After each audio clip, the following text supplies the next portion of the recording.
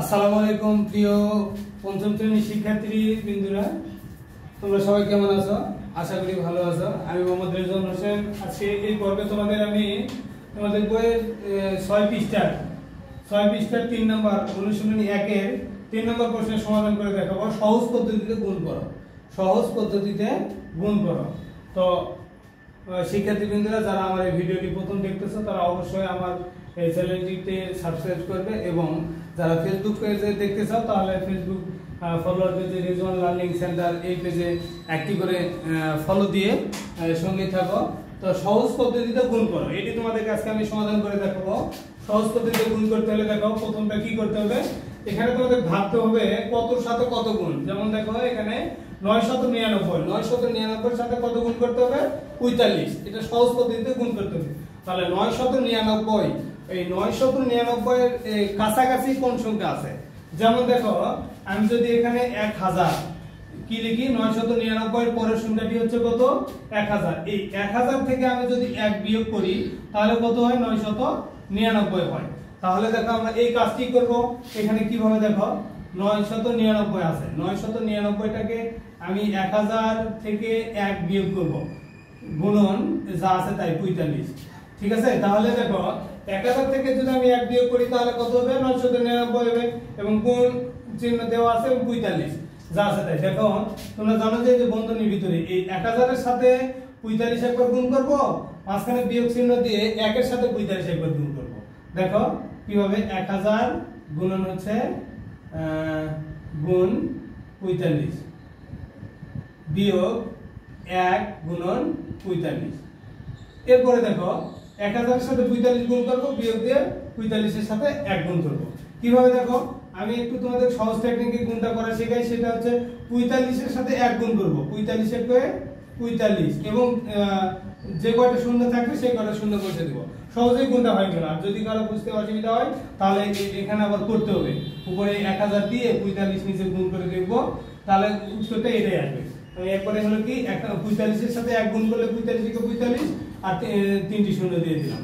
এরপরে দেখো 45 একে 45। এরপরের কাজটি হচ্ছে বিয়োগ করা। কি করব? বিয়োগ করব। যেমন দেখো 5 আছে, কত হলে 10, উপরে শূন্য। বিয়োগের ক্ষেত্রে তোমরা জানো যে উপরে শূন্য থাকলে 10 ধরতে হয়। তাহলে 5 আছে, কত হলে 10, 5 হাতে থাকে 1, 4 আর 1 5, 5 আছে, কত হলে 10, 5 আবার হাতে থাকে 1, এখানে ধরে নিতে হবে 1 আছে, কত হলে 10, 9 হাতে থাকে 1 আছে, কত হলে 5, 4 এবং 4 করতে 4। তো শিক্ষার্থী বন্ধুরা উত্তর এটা কি কত? 44,955। তবে এরকম এমন অঙ্ক আছে যেগুলো যোগ করতে হবে। যেমন দেখো 990 যদি হয়, সেই ক্ষেত্রে আমি কি করব? 1000 থেকে যে 1 বিয়োগ করব তা কিন্তু নয়, প্রতি ক্ষেত্রে যদি 1 বিয়োগ করো তাহলে কিন্তু হবে না, এখানে 10 বিয়োগ করতে হবে।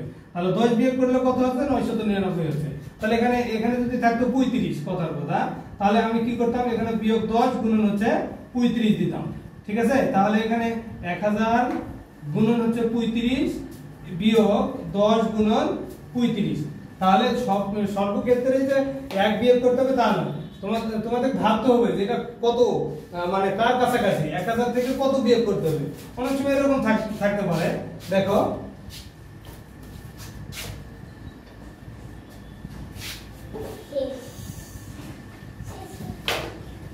এখানে থাকতে পারে 900।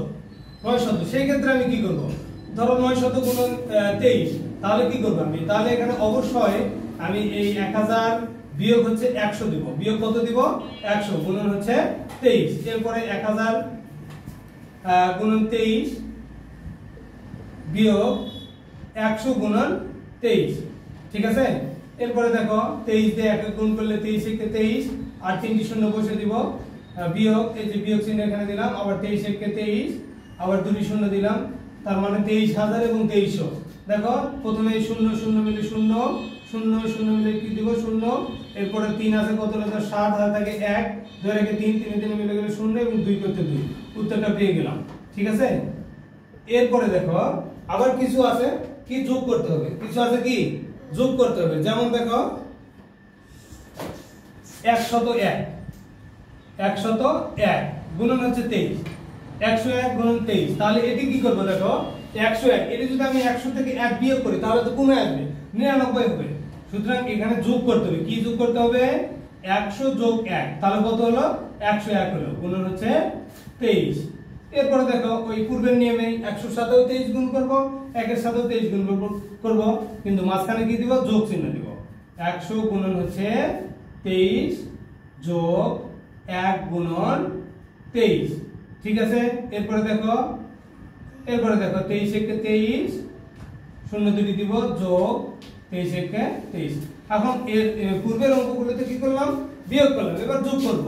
তাহলে দেখো 3 0 3 2 0 2 3 2, ঠিক আছে। 23 23 অর্থাৎ 2323, এই তো উত্তর পেয়ে গেলাম। আশা করি তোমরা সবাই বুঝতে পেরেছো।